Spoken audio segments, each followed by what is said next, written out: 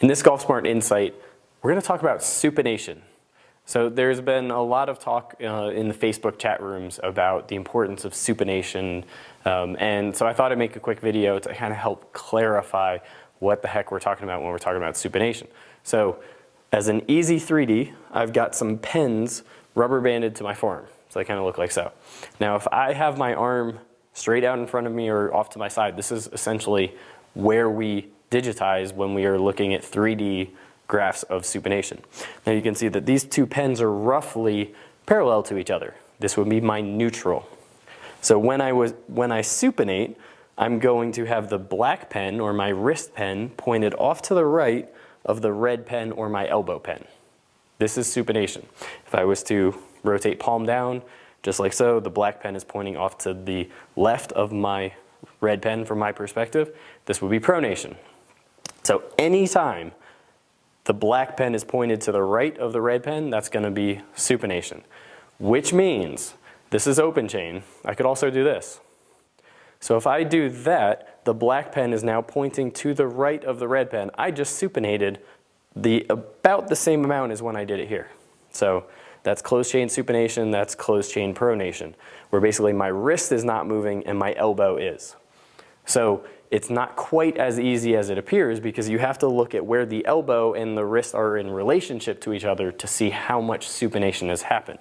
So now let's go through some of the actual in-golf positions. So if I was to get into kind of my setup position, which looks something like this, you can see that the black pen is slightly to the right, so I'm slightly supinated in my setup position. And then I go up to the top of the swing. You can turn it right there, and you can see that the black pen is to the left of this, so I've pronated probably about 40 degrees or so. I don't have a ton. Now I'm going to go down towards what I consider delivery position, and if I bring this back up, you can see that the black pen is to the right, so I went from there at the top of the swing to there down in delivery position. And then as I continue to go through impact, I get a little bit pronated, and then as I go through to my finish, I get very much pronated. So that's looking at the lead wrist. Now instead of switching this, we'll just pretend I'm going to swing lefty.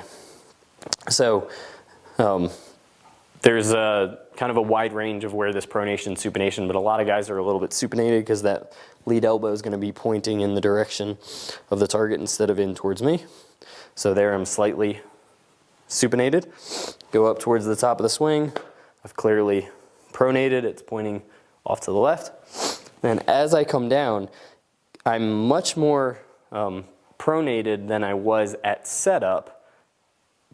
And then that's going to allow for this fast speed of supination while I'm going to be more pronated. It's kind of the same as I can extend my legs very quickly when I go to jump, even though my legs haven't straightened yet.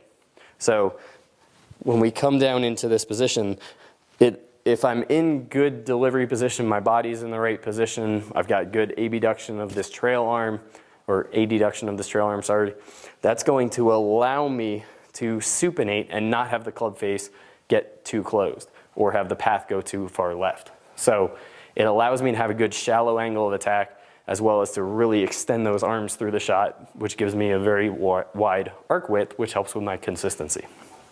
So hopefully this video helps you clarify when you're looking at supination, and then of course why we want to have supination. That's a whole different animal, so to speak. But this should at least help you clarify when you're looking at someone on video, give you a little bit better guess as to, well, are they pronated, are they supinated? Here's kind of an easy reference and an easy way for you to look at it.